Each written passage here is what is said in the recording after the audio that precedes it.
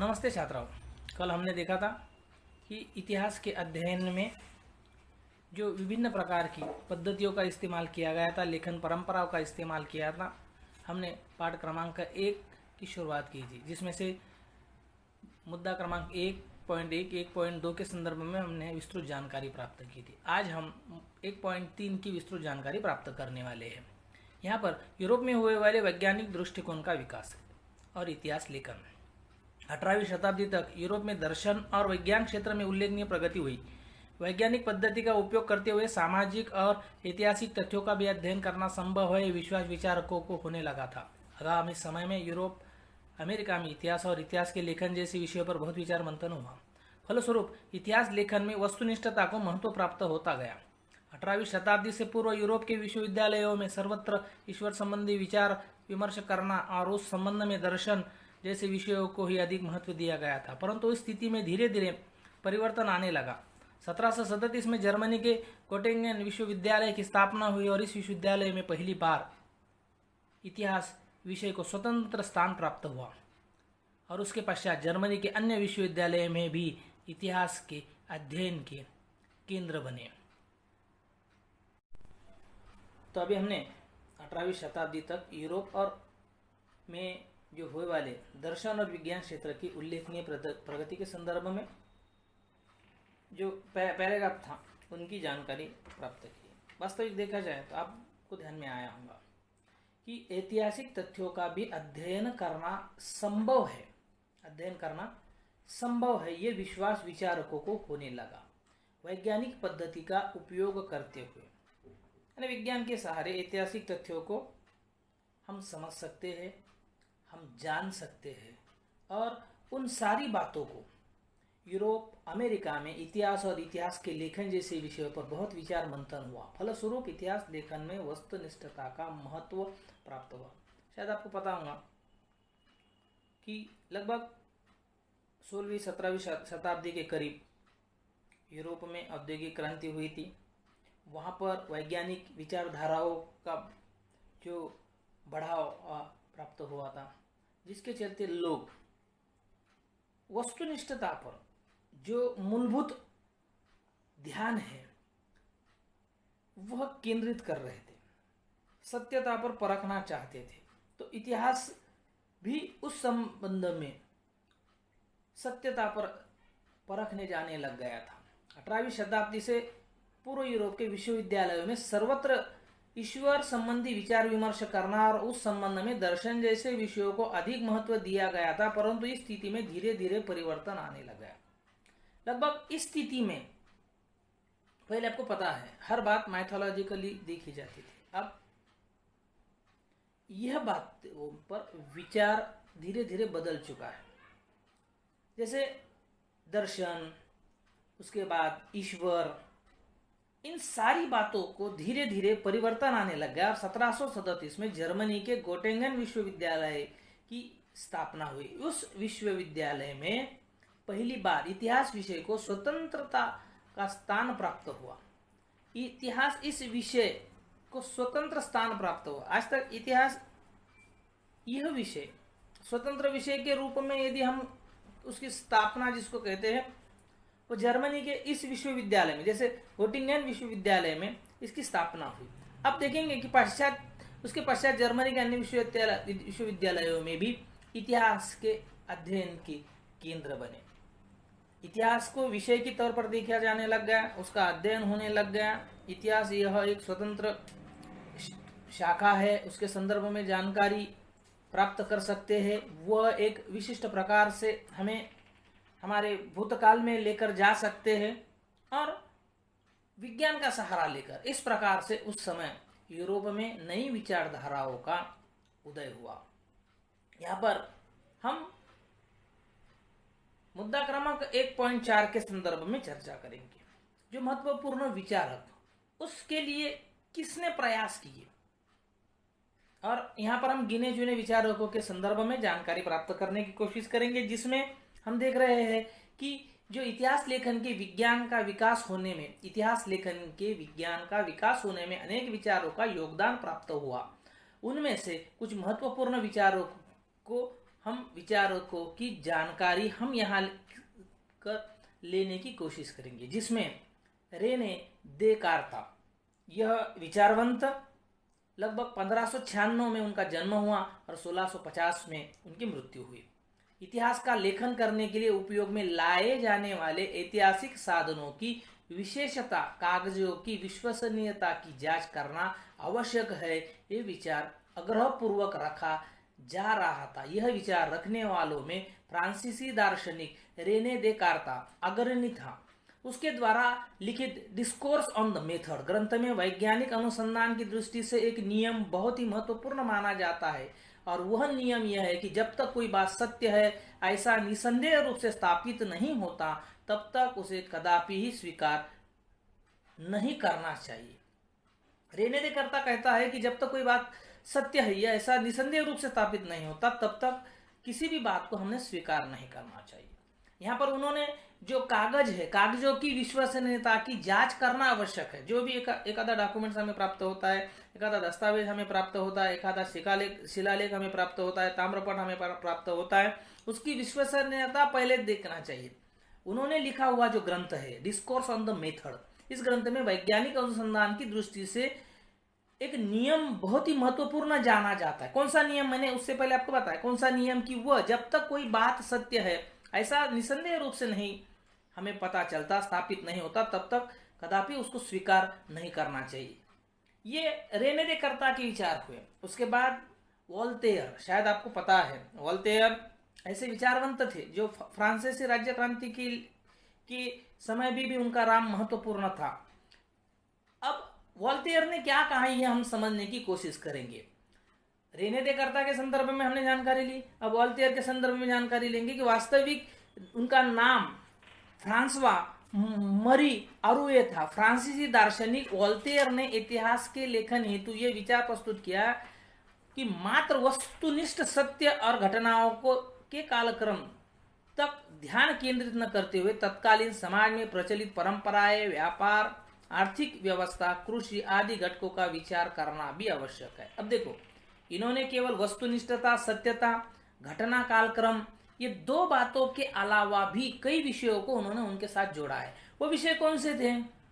वो विषय थे इतिहास के अध्ययन करते समय, इतिहास के लेखन करते समय। जैसे मैंने कल के जो तासिका हुई थी उसमें मैंने आपको बताया था कि इतिहास के अध्ययन करते समय उस समय का राजा, उस समय की राज्य व्यवस्था, यहाँ पर भी उन्होंने दिया है तत्कालिक समाज, प्रचलित परंपरा। इतिहास लेखन करते समय समाज, परंपरा, व्यापार, अर्थव्यवस्था, कृषि आदि घटकों का भी विचार करना अत्यंत आवश्यक होता है। जैसे आपको पता है कि प्रचलित परंपराओं से हमें ज्ञात होता है कि उस समय का जो समाज था वह किस विचारों से प्रेरित था। शायद आपको पता है कि कई राज्यों में, कई देशों में जो प्रथाएं, परंपराएं है, उसके माध्यम से इतिहास को आज आधुनिक इतिहास में तो हम परखा जाता था। लेकिन उन्होंने ये बातें कब की?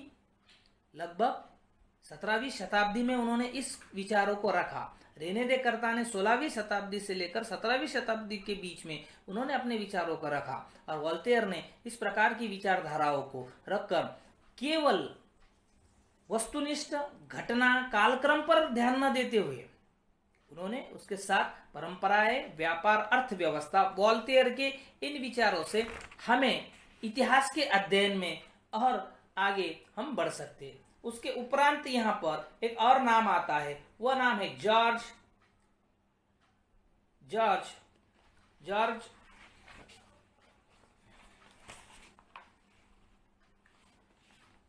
Willem Friedrich Hegel, George Hegel जिनको कहा जाता है।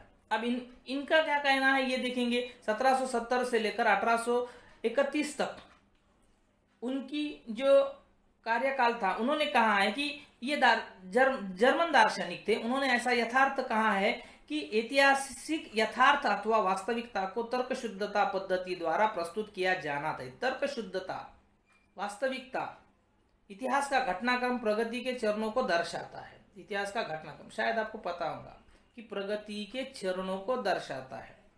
उससे यह प्रतिपादित किया इतिहास की प्रस्तुति अथवा संरचना में इतिहासकार को उस समय पर उपलब्ध होने वाले प्रमाण के अनुसार बदलते जाना स्वाभाविक है। उसके इस विवेचन के परिणाम स्वरूप अनेक दार्शनिकों को यह विश्वास हुआ कि यद्यपि इतिहास की अध्ययन पद्धति विज्ञान की पद्धति की तुलना में भिन्न है, फिर भी उसकी गुणवत्ता कम नहीं है। हेगेल के व्याख्यानों और लेखों का संकलन इनसाइक्लोपीडिया ऑफ फिलोसॉफिकल साइंस नामक ग्रंथ में प्राप्त है। हेगेल द्वारा लिखित रीजन इन हिस्ट्री पुस्तक चर्चित है।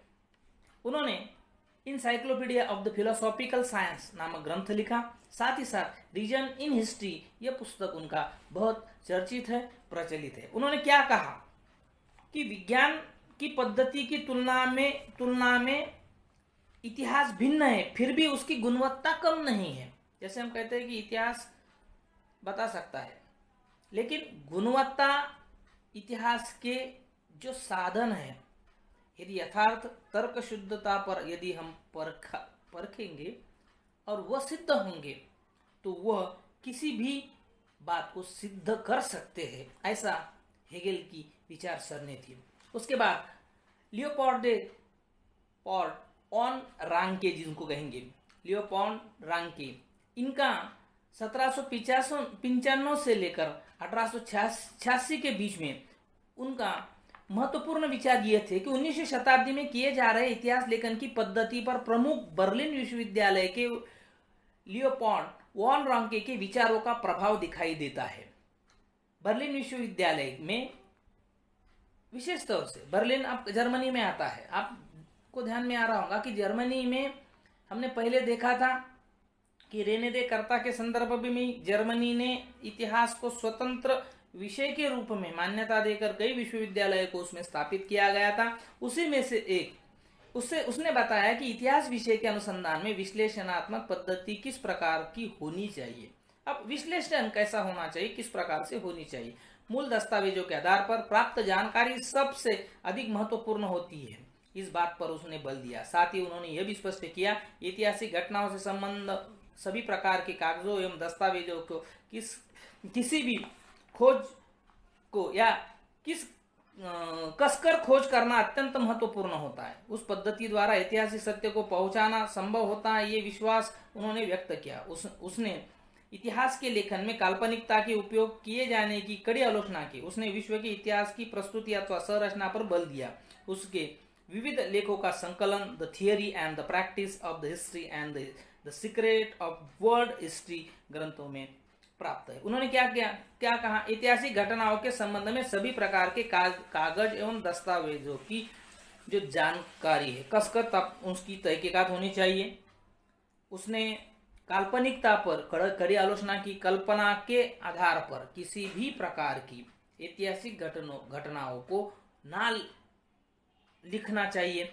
इस प्रकार के विचार उन्होंने उस समय प्रस्तुत किए। सबसे महत्वपूर्ण बात, शायद आपको पता होगा, कार्ल मार्क्स जो सबसे महत्वपूर्ण विचारवंत है वह है कार्ल मार्क्स। कार्ल मार्क्स कहते हैं 19वीं शताब्दी के उत्तरार्ध में कार्ल मार्क्स द्वारा स्थापित सिद्धांतों के परिणाम स्वरूप इतिहास की ओर देखने के दृष्टिकोण में महत्वपूर्ण परिवर्तन आने लगे। वैचारिक प्रणाली अस्तित्व में आई। इतिहास अमूर्त कल्पनाओं का नहीं होता, अपितु वह जीवित मनुष्य का होता है। मनुष्य के विचारों के रिश्ते नाते उनकी मौलिक आवश्यकताओं को पूर्ण करने वाले उपलब्ध साधनों के स्वरूप और स्वामित्व पर निर्भर करते हैं। ये संसाधन समाज के विभिन्न वर्गों को समान मात्रा में प्राप्त नहीं होते हैं।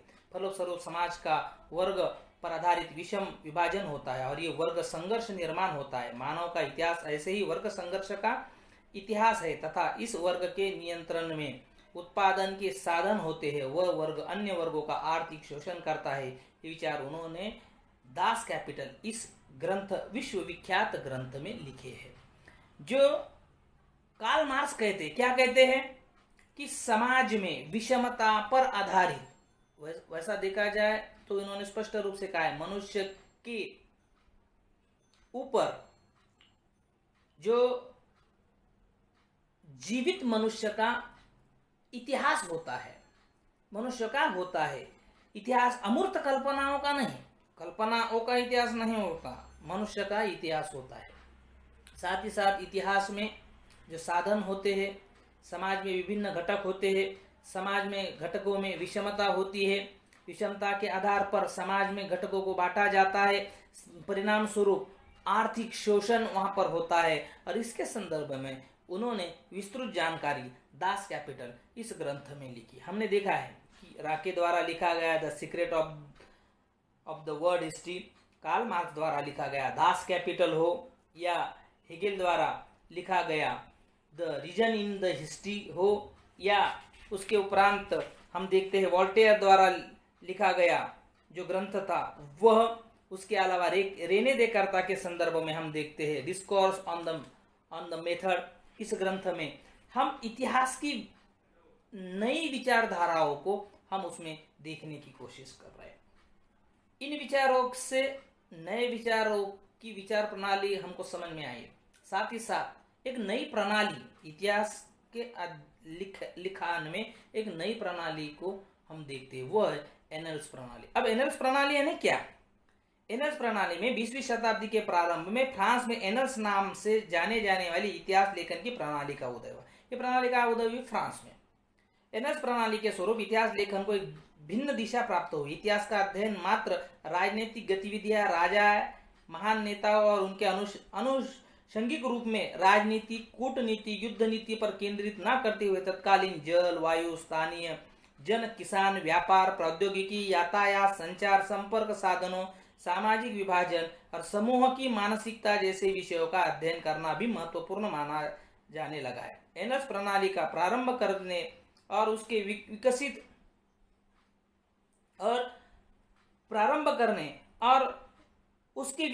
जैसे यहाँ पर दिए वाला विभाजन और समूह की मानसिकता जैसे विषयों का अध्ययन करना महत्वपूर्ण माना जाने लगा। एनल्स प्रणाली का प्रारंभ करने और उनके विकसित करने का श्रेय फ्रांसीसी इतिहासकारों को दिया जाता है। केवल लड़ाई, मैंने कल भी आपको बताया था, केवल लड़ाई का इतिहास नहीं होता। यहाँ पर राजनीति, कूटनीति, युद्ध, केवल यहाँ तक हम सीमित ना रहे। इतिहास के अध्ययन में जल, वायु, स्थानीय जन जिनको हम कहेंगे लोग, किसान, व्यापार, प्रौद्योगिकी, यातायात, संचार, संपर्क साधन, सामाजिक विभाजन, समूह की मानसिकता, इन सारी बातों का अध्ययन भी जरूरी होता है।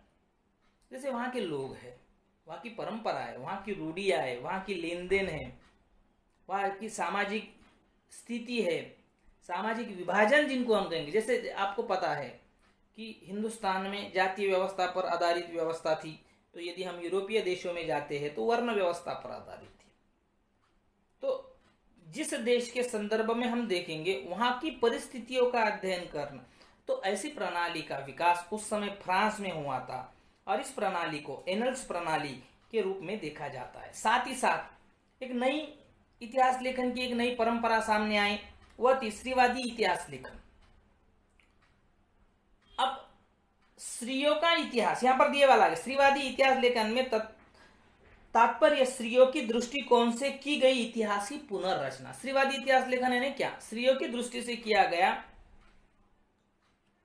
इतिहास की पुनर्रचना, जिसको हम कहेंगे। फ्रांसीसी विदुषी सिमोन द बोवाग ने स्त्रीवाद की मौलिक भूमिकाओं को स्पष्ट किया।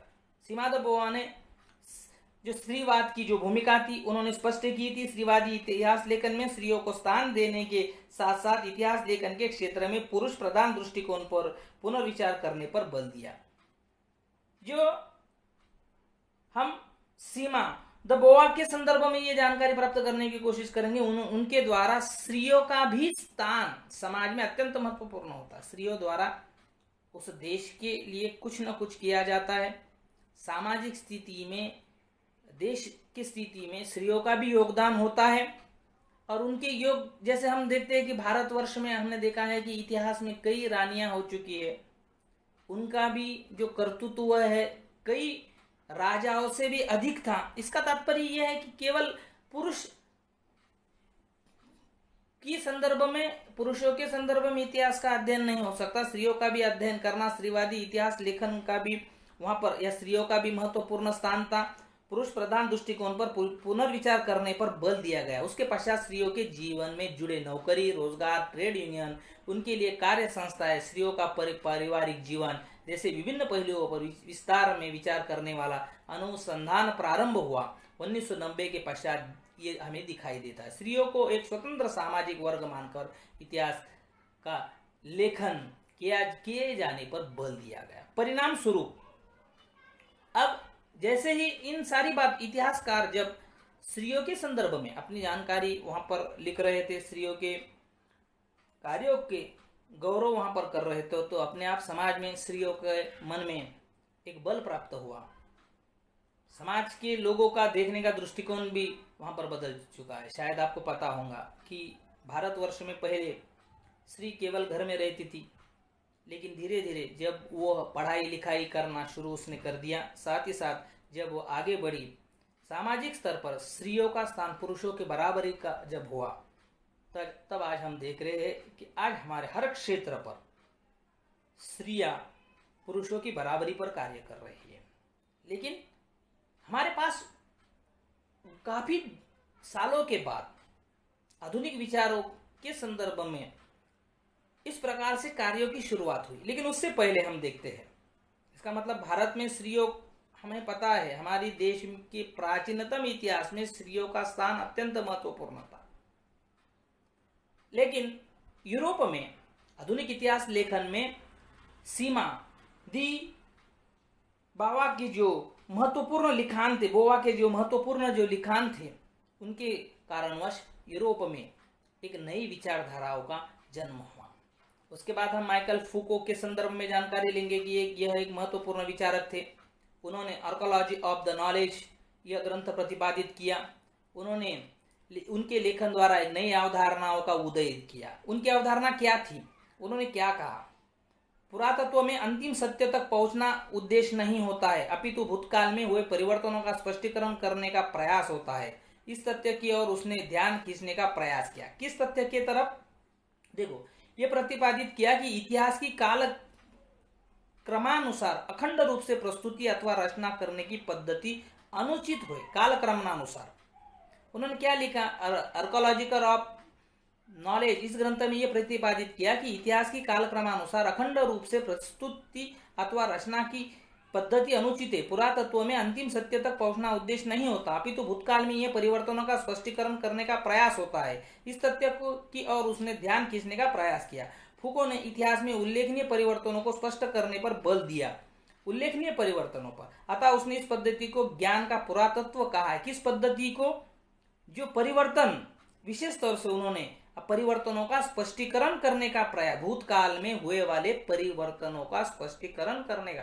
ये परिवर्तन क्यों किए, क्यों हुए, किस कारण हुए? फूको ने उस बात पर विशेष ध्यान आकर्षित किया अपने उस ग्रंथ में। जो परिवर्तन हुए भूतकाल में, उसके संदर्भ में विस्तृत उन्होंने स्पष्ट रूप से तथ्य उन्होंने कहे, ध्यान देने के लिए कहा लोगों को। साथ ही साथ इतिहासकारों ने उनके पूर्व मनोविकार, चिकित्सा, विज्ञान, कारागार प्रबंध जैसे विषयों पर विचार नहीं किया था, परंतु फूको ने इन विषयों पर भी विशिष्ट दृष्टि से विचार। कौन से? इतिहासकारों ने उससे पूर्व मनोविकार, चिकित्सा, विज्ञान, कारागार प्रबंधन जैसे विषयों पर विचार नहीं किया, परंतु फूको ने इन विषयों पर विशिष्ट ध्यान दिया। इस प्रकार इतिहास लेखन की व्याप्ति निरंतर विस्तार पाती गई। साहित्य, स्थापत्य, शिल्पकला, चित्रकला, संगीत कला, नृत्य कला, नाट्य कला, शिल्प निर्माण, दूरदर्शन जैसे विभिन्न विषयों के स्वतंत्र इतिहास लिखे जाने लग गए। इतिहास के संदर्भ में स्वतंत्र विषय वहां पर लिखित होने लग गए। हमने महत्वपूर्ण बातों पर ध्यान दिया है इस पाठ में। कौन से महत्वपूर्ण जो बातें थी वह थी एनल्स प्रणाली, स्त्रीवादी इतिहास लेखन, साथ ही साथ जो महत्वपूर्ण विचारक, यूरोप में हुए वाले वैज्ञानिक दृष्टिकोण का विकास और लेखन, आधुनिक इतिहास लेखन की परंपराएं, साथ ही साथ जो प्रस्तावना हमने इस पाठ में ली है। कल और आज के दोनों पाठ के माध्यम से हमारे इतिहास लेखन पाश्चिमात्य जो परंपरा है, उस पाठ के संदर्भ में हमने विस्तृत जानकारी यहाँ पर ली है। अब इतिहास अनुसंसाधन की पद्धति आपकी किताब में पेज नंबर 1 पर इतिहास की प्रस्तुति दिए वाली है। देखो किस प्रकार से वह प्रस्तुत किया जाता है। उपलब्ध साहित्य की जानकारी के संदर्भ में पड़ताल करना, ऐतिहासिक जानकारी का संकलन, विशिष्ट ऐतिहासिक घटना की उपलब्धता की जानकारी के स्थान, कलात्मक संदर्भ, ऐतिहासिक अध्ययन महत्व पद्धति की विभिन्न अवधारणाओं वाली चौखटों का आकलन करना, ऐतिहासिक संदर्भों के साथ साथ संबंधित उचित प्रश्नों की प्रस्तुति करना, संभावित परिकल्पनाएं प्रस्तुत करना, इतिहास के साधनों का विश्लेषणात्मक अनुसंधान करना। आपने देखा होगा कि जो विचारवंत थे, विशेष तौर से हम देखते हैं कि रेने दे कर्ता ने किस किस बात पर जोर दिया था। जब तक कोई बात सत्य है या ऐसा निसंदेह रूप से हमें स्थापित नहीं होता, तब तक उसे कदापि हमने स्वीकार नहीं करना चाहिए। वोल्टेयर कहता है कि हमारे लिए, यानी वोल्टेयर के हेतु ये विचार प्रस्तुत किया है कि मात्र वस्तुनिष्ठ और सत्य घटनाओं को कालक्रम तक ध्यान केंद्रित न करते हुए तत्कालीन समाज की परंपराएं, व्यापार, साथ ही साथ आर्थिक व्यवस्था, कृषि घटकों पर विचार करना भी आवश्यक है। यानी उन्होंने इसके साथ इन सारी बातों पर भी ध्यान देने के लिए कहा है। जो हेगेल कहते हैं कि हमारे इतिहास के संदर्भ में उनकी विचारधारा यह है कि उसके विवेचन परिणाम स्वरूप दार्शनिकों को यह विश्वास हुआ कि यद्यपि इतिहास की अध्ययन पद्धति विज्ञान की पद्धति से भिन्न है, फिर भी उनसे कई गुणात्मक वो कम नहीं है। हेगेल के व्याख्यानों द्वारा साथ ही साथ उन्होंने अपने विचारों में यह प्रस्तुत किया कि तर्क शुद्धता पद्धति द्वारा प्रस्तुत किया जाना चाहिए। हेगेल कहते हैं कि तर्क शुद्धता की द्वारा प्रस्तुत करना चाहिए। राके अपने उन घटनाओं को किन शब्दों में कहते हैं, देखो राके के विचारों का प्रभाव हमें उन बातों से दिखाई देता है कि उन्होंने बताया कि इतिहास विषय के अनुसंधान में विश्लेषणात्मक पद्धति किस प्रकार की होनी चाहिए। ये उन्होंने उनके विचारों द्वारा स्पष्ट किया। केवल दस्तावेजों को आधार मानना या दस्तावेज प्राप्त जानकारी सबसे अधिक महत्वपूर्ण होती है, इस बात पर उन्होंने बल दिया। साथ ही उन्होंने यह स्पष्ट किया कि ऐतिहासिक घटनाओं को संबंधित सभी प्रकार के कागजों के दस्तावेजों की खोज करने से, जो दस्तावेज होते हैं वो महत्वपूर्ण। जैसे राके ने इस प्रकार से कहा है, कार्ल मार्क्स ने तो स्पष्ट रूप से कह दिया है कि इतिहास अमूर्त कल्पनाओं का नहीं होता, अपितु वो जीवित मनुष्य का होता है। साथ ही साथ एंगल्स प्रणाली में हमने देखा है कि इतिहास का अध्ययन मात्र राजनीतिक गतिविधियां, राजाओं, महान नेताओं और उनके अनुषंगिक रूप से राजनीतिक, कूटनीति और युद्ध के पर केंद्रित न करते हुए तत्कालीन जलवायु, स्थानीय जन, किसान, व्यापार, प्रौद्योगिकी क्षेत्र का भी अध्ययन करना चाहिए। स्त्रीवादी इतिहास लेखन में हमने देखा कि स्त्रियों के संदर्भ में, उनके कार्यों के संदर्भ में सीमा द बोआ ने मौलिक भूमिका स्पष्ट की है। माइकल फुको ने अपने इतिहास के संदर्भ में केवल इतिहास के सभी क्षेत्रों पर ध्यान देते हुए उन्होंने ये भी कहा है कि केवल इतिहास इन लड़ाइयों के संदर्भ में ना होते हुए अन्य सभी बातों का भी इतिहास होता है। साथ ही साथ उसके बाद हमने देखा कि लेखन की व्याप्ति केवल विस्तारित होती गई, इसके संदर्भ में भी हमने जानकारी प्राप्त की। ऑनलाइन क्लास में 2 तासिकाओं में आपने पहला पाठ समझ लिया होगा। अब इस पाठ के नीचे दिए वाले सभी प्रश्नों को आपने अच्छी तरह से समझना है, उसके उत्तरों को खोजने की कोशिश करना है। साथ ही साथ पाठ बार बार पढ़ना है और उचित तरीके से उसका स्पष्टीकरण भी ध्यान में रखना है। ठीक है। इसके उपरांत हम जो दूसरा पाठ है, उस दूसरे पाठ के संदर्भ में इतिहास लेखन की परंपरा है, इसके संदर्भ में आने वाली तासिका में जानकारी प्राप्त करेंगे। तब तक के लिए धन्यवाद।